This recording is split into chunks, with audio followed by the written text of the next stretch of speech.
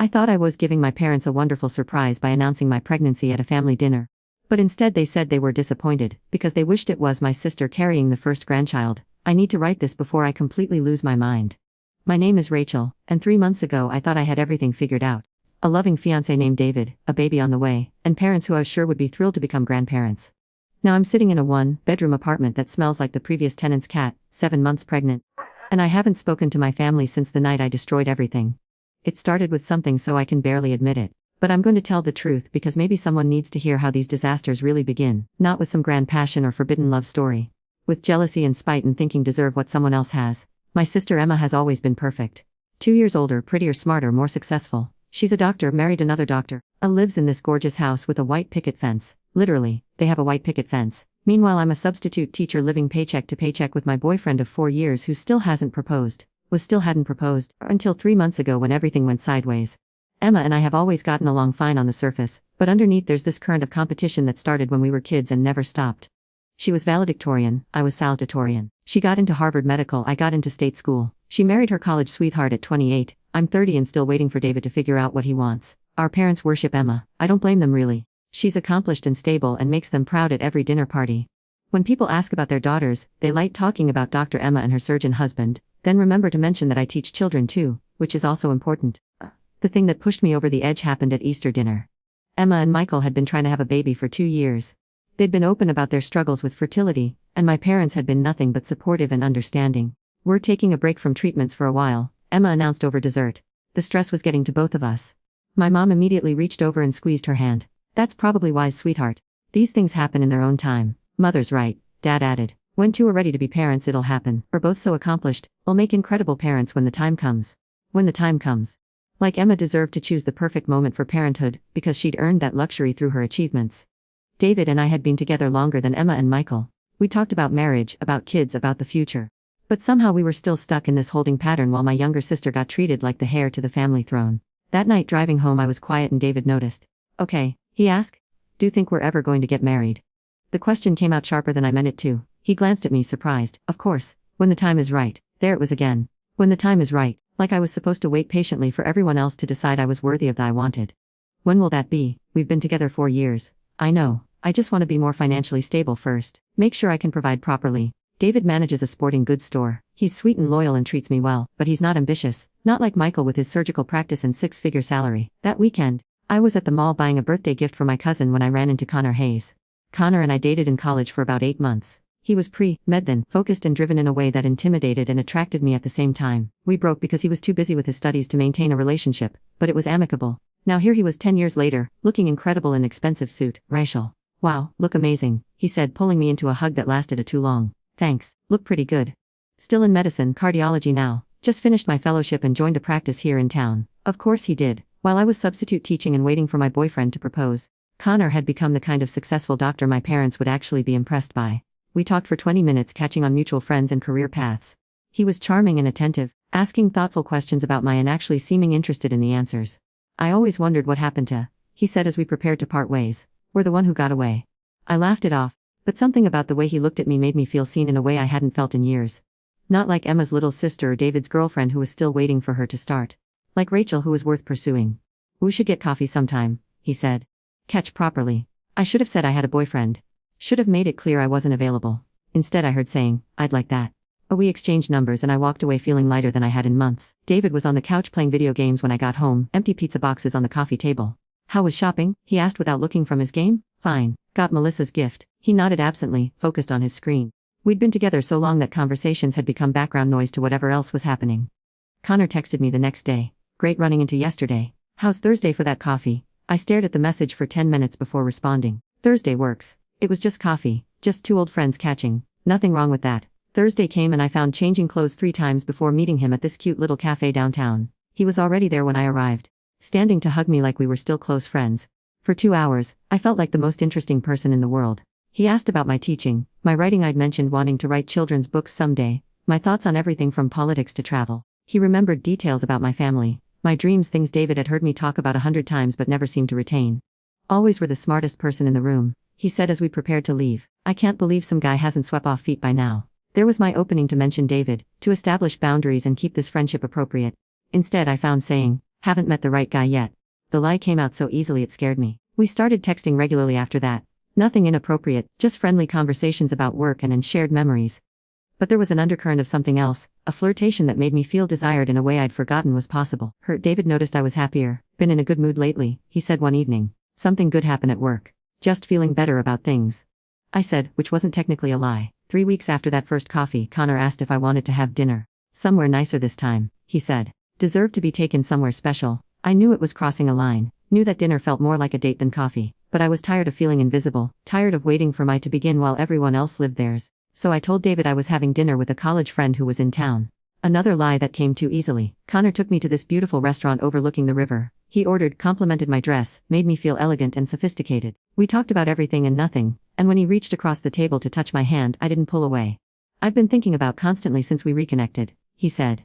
I know the timing might be complicated, but I can't pretend I don't feel something here. My heart was racing.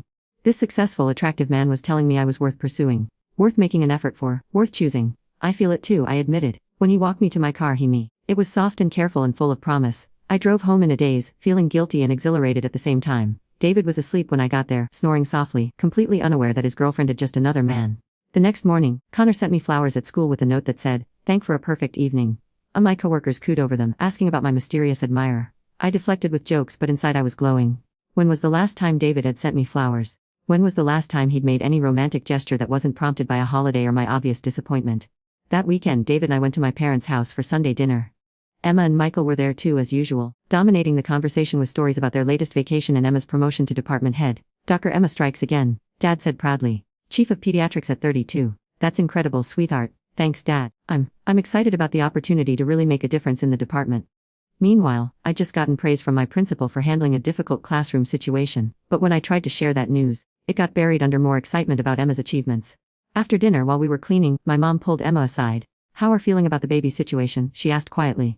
"I know," said, "we're taking a break from treatments. We're okay," Emma said. "Actually, we're thinking about looking into adoption. There are so many children who need homes." My mom's eyes filled with tears. "Oh honey, that's beautiful. And Michael would be wonderful adoptive parents. Any child would be lucky to have." I was standing right there, but they were talking like I didn't exist, like the concept of me having children wasn't even worth considering. That night I texted Connor. "Can we talk tomorrow? I need to see," he responded immediately. "Of course, everything okay? Just family stuff, the usual. I'm here whatever need." And for the first time in years I felt like someone was actually in my corner. The next evening, Connor took me for a walk along the waterfront. I told him about dinner, about always feeling second best, about watching everyone else's move forward while mine stayed stuck. "Deserves so much better than settling," he said, stopping to face me. "Or incredible, Rachel. Smart and funny and beautiful. Shouldn't have to wait for someone to recognize that." When he me this time, it wasn't careful. It was urgent and passionate and made me feel like I was the most important person in his world. We ended at his apartment. I know how that sounds. I know what kind of person that makes me. But in that moment, feeling wanted and chosen and prioritized for the first time in years, I made the worst decision of my. I betrayed David, my relationship, and everything I thought I believed about. But the worst part wasn't the guilt afterward. The worst part was how right it felt to finally be someone's first choice. I woke in Connor's bed at 6 a.m. with my phone buzzing. 3 missed calls from David. "Where are?" his voicemail said. I woke and weren't here. "Car's not in the driveway. Call me back." The panic hit me like ice water. I'd never not come home before. David would be worried, suspicious, asking questions I couldn't answer. Connor was still sleeping, looking peaceful and handsome in the morning light. For a moment, I let imagine what it would be like to wake next to him every day. To be with someone who made me feel like I was worth pursuing. Then reality crashed back. I had a boyfriend at home who loved me, who was probably pacing the apartment wondering if I was or dead. I gathered my clothes quietly and left Connor a note saying I had to get to work early. Another lie to add to the growing collection. David was sitting at our kitchen table when I walked in, still in yesterday's clothes, probably smelling like another man's cologne. "There are," he said, relief flooding his face. I was starting to worry something happened. "Sorry," I said, not meeting his eyes. "Sarah called late last night. Relationship crisis." I ended staying over to talk her through it. Sarah was my college roommate who lived 3 states away. Safe lie, unverifiable. Could have texted, David said, but he wasn't angry, just concerned, which somehow made it worse. Right. "I'm sorry. My phone died and I didn't want to wake by calling from Sarah's landline." He stood and hugged me and I had to force not to stiffen. "Just glad you're okay. Want me to make some coffee before work?" This was David. Sweet, caring David who made me coffee every morning and worried when I didn't come home. David who loved me enough to panic when he couldn't find me. And I had spent the night with another man. "I need to shower and get ready," I said. "Rain check on the coffee." "Of course." In the shower I scrubbed my skin until it was red, trying to wash away the evidence of my betrayal. But I couldn't scrub away the memory of how it felt to be Connor's entire focus, to feel desired instead of taken for granted. Connor texted me around noon. "Last night was amazing. When can I see again? I stared at the message during my lunch break, sitting in my empty classroom. I should have ended it right there. Should have told him it was a mistake that couldn't happen again. Instead, I wrote back soon. I need to figure some things out first. Take all the time need. I'm not going anywhere. The double started that day. I became an expert at creating reasons to leave the apartment, at covering my tracks, at lying so smoothly that David never suspected anything. Girls' night with the teachers. Shopping for Emma's birthday gift. Helping my mom with her book club setup. Each lie came easier than the last. Connor and I fell into a routine of meeting twice a week, sometimes for dinner, sometimes just to talk, always ending at his apartment. He made me feel like the main character in my own instead of a supporting player in everyone else's story. Or wasting talent as a substitute. He said one evening as we lay in his bed. Should be writing those children's books talked about, have so much creativity. When was the last time David had encouraged my dreams? When was the last time he'd even asked about them? Maybe someday, I said. Why someday? Why not now? Could start small. Self-publish, build an audience. I believe in. 4 words David had never said to me in 4 years together. 3 weeks into the affair I missed my period. I sat on the bathroom floor at school during my planning period, staring at the pregnancy test, watching 2 pink lines appear like a verdict on my entire. Pregnant. I was pregnant and I had no idea whose baby it was. The timing was impossible to determine. David and I had been intimate the week before I reconnected with Connor. Connor and I had been together multiple times since then. There was no way to know without a paternity test, and that felt too real, too permanent. My first instinct was panic. Then, surprisingly, something that felt almost like relief. A baby would change everything. Would force decisions I'd been too scared to make on my own. Would give me a reason to either commit fully to David or leave him for Connor. I drove to Connor's apartment without calling first. He answered the door in scrubs, just getting home from the hospital. Beautiful, this is a nice surprise. Then pulled back to study my face. Okay, look pale, I need to tell something. We sat on his couch and I took a shaky breath. I'm pregnant. His face went through several expressions. Surprise, concern, then something that looked almost like excitement.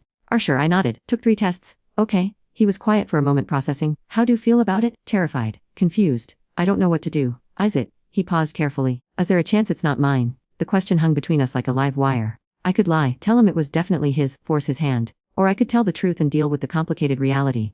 I don't know, I admitted. The timing makes it impossible to tell without testing. Connor nodded slowly. What does David know? Nothing yet. I just found out an hour ago. What do you want to do? It was such a simple question, but loaded with so much weight. What did I want to do? About the pregnancy, about David, about Connor, about the complete mess I'd made of I think I want to keep it, I said, surprising. But everything else, I need time to figure out. Connor reached for my hand. Whatever decide, I'm here. If it's mine, I want to be involved. I want to help raise our child. Oh, your child. The way he said it made my heart race. And if it's not yours, then I'll support whatever decision make about us. But Rachel, these past few weeks have been the best I've had in years. Regardless of the baby, I think we have something real here. I left his apartment more confused than ever. Connor was offering me everything I'd wanted. Partnership, support, belief in my potential. But it came with the destruction of my relationship with David and the uncertainty of paternity. That night, David made his favorite pasta dish and set the table with candles. What's the occasion? I asked. No occasion. Just thought we should have a nice evening together. Feels like we've been ships passing in the night lately. He was right. Between my affair and all the lies to cover it, we'd barely spent quality time together in weeks. Over dinner, he talked about his day, asked about mine, made jokes that actually made me laugh. This was the David I'd fallen in love with 4 years ago. Kind, stable, devoted. Just not ambitious enough, not exciting enough, not enough like Connor. I've been thinking, he said as we cleared the dishes. Maybe it's time we start talking seriously about the future. My heart stopped. What kind of future? Marriage? Kids? All of it. I know I've been dragging my feet, but watching Sister and Michael, seeing how happy they are. I think I'm ready to take that step. 4 years. 4 years I'd waited to hear those words, and now when it was too late, when I was pregnant with another man's possible baby, David was finally ready to propose.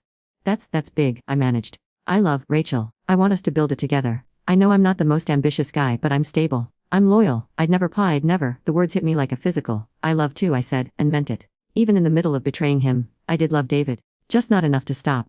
2 days later I was at Connor's again, telling him about David's sudden relationship evolution. He wants to marry me, I said, lying against Connor's chest after we'd been together. What did tell him? That it was big. That I needed to think about it. Connor was quiet for a long moment. Rachel, I need to know something. I'm falling in love with. Not just the affair, not just the excitement.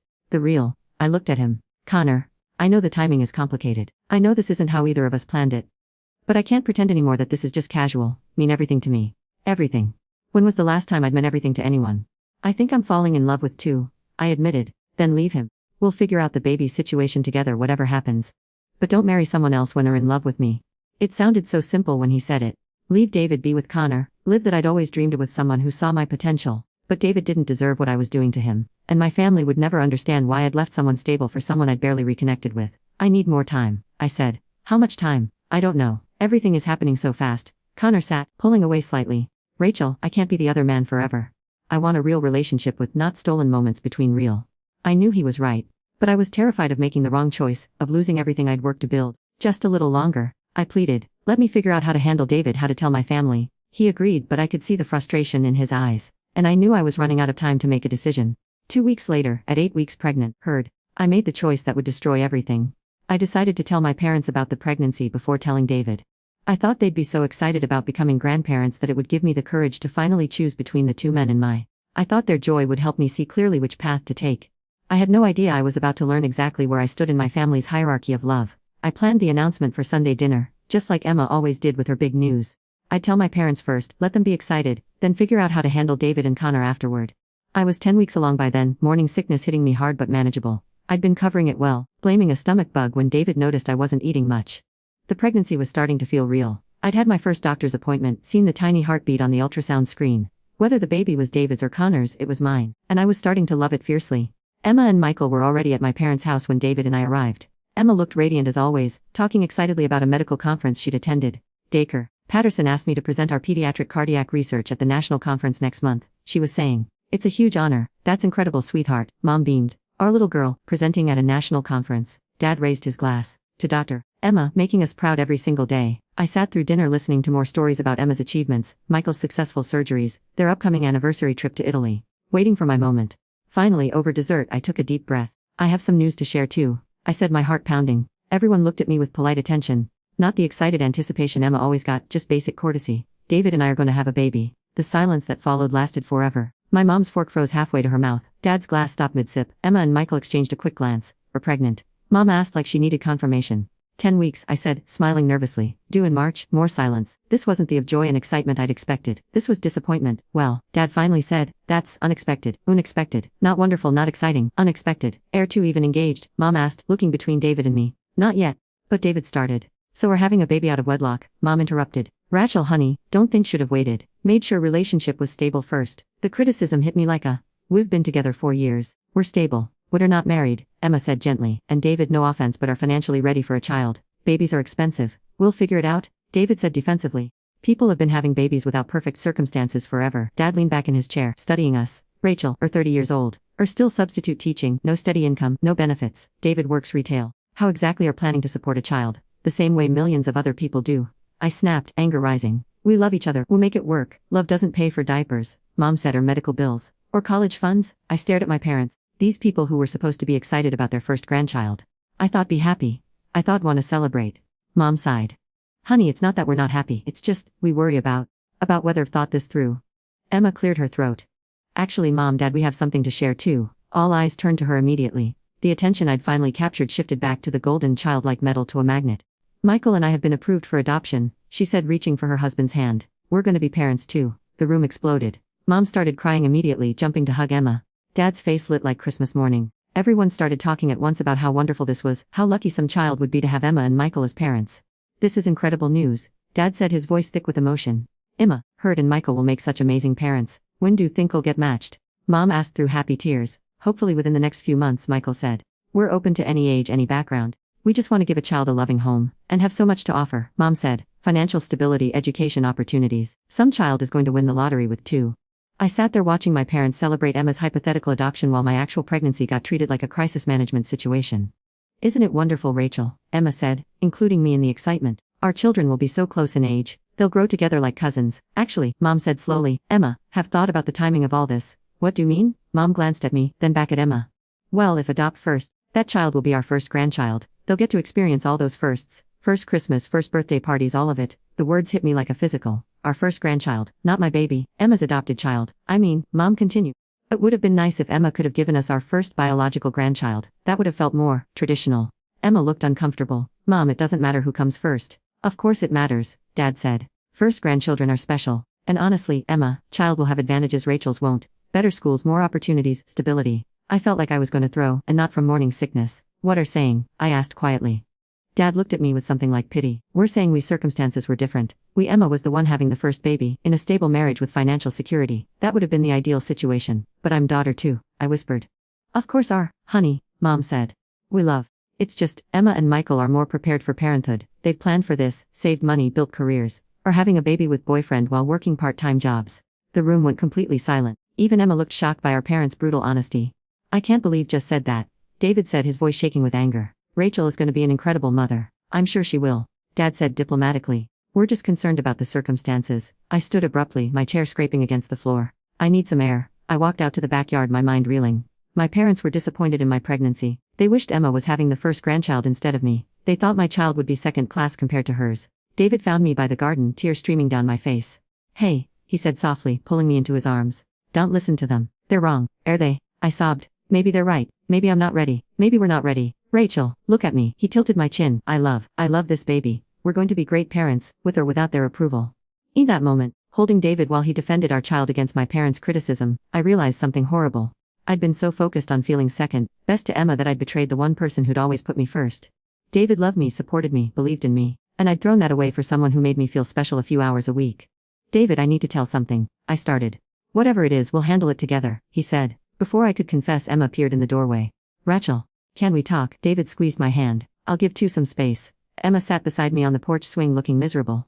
I'm sorry about Mom and Dad, she said. They were completely out of line. Were they wrong though? Are more prepared to be a parent than I am. Emma was quiet for a long moment. Financially, yes, but that doesn't mean be a worse mother. Some of the best parents I see at the hospital are the ones with the least money but the most love.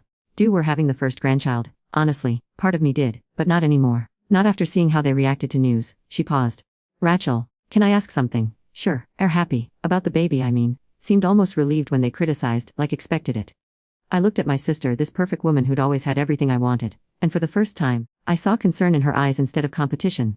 I'm scared, I admitted. About everything. The baby, the future, whether I'm making the right choices. What kind of choices? I almost told her about Connor. Almost confessed the whole sordid story right there. But before I could, my phone buzzed. A text from Connor. How did it go? Are they excited about the baby? Emma saw me tense. Everything okay? Fine. Just work stuff. But Emma was studying my face. Rachel, is there something else going on? Who have been acting strange lately? What do you mean? Distant, secretive. Keep checking phone and disappearing at odd times. My heart started racing. I've just been dealing with morning sickness. Is David the father? The question hung in the air like that had already exploded. Of course he is, I said, but my voice cracked. Emma's expression changed. Oh, Rachel. What did do? Nothing. I didn't do anything. We're lying to me or lying to David, and judging by how I've been acting, we're lying to. I started crying again. It's complicated. It's really not. Either David is the father or he isn't. Either committed to relationship or aren't. Don't understand what it's like, I sobbed. Being second choice whole, never being good enough, never being the one people are excited about. And Emma's face softened. So what? Had an affair. Rachel? That's not gonna fix how I feel about Pike. He makes me feel important, like I matter, do matter. David adores, students love. I think are amazing even if I don't say it enough, but I'm not. I'm never going to be the successful doctor with the perfect marriage. I don't want to be me, I want to be happy with who are. We sat in silence for a while, the weight of my confession settling between us. What are going to do? Emma asked finally. I don't know. Rachel, that baby deserves to know who their father is. David deserves to know the truth. And deserve to stop living a lie. She was right. But the truth would destroy everything. David would leave me. My parents would be even more disappointed. Connor might disappear when faced with the real consequences of our affair. That night, David and I drove home in silence. He was still angry about my parents' reaction, but I could tell he was also thinking about the future, about how we'd prove them wrong. We should get married, he said as we pulled into our driveway. David, I know the timing isn't ideal, but I love our baby. I don't want our child to grow thinking their parents weren't committed to each other. Our baby, he'd already claimed this child as his own, was already planning to be a father to a baby that might not be his. We don't have to decide anything tonight, I said. Actually we do. He turned to face me. Because I'm gonna ask to marry me. Tomorrow. I already bought the ring. My world tilted sideways. I've had it for 2 months. I was waiting for the perfect moment, but after tonight, I realized there's no such thing as perfect. There's just us and our love, and the family we're building. He was going to propose. Tomorrow, and I was gonna have to say yes or no while carrying another man's possible child. David, there's something I need to tell first. What is it? I looked at this good, honest man who'd loved me faithfully for 4 years, who'd defended me against my parents, who was ready to marry me and raise our child despite his own fears about finances and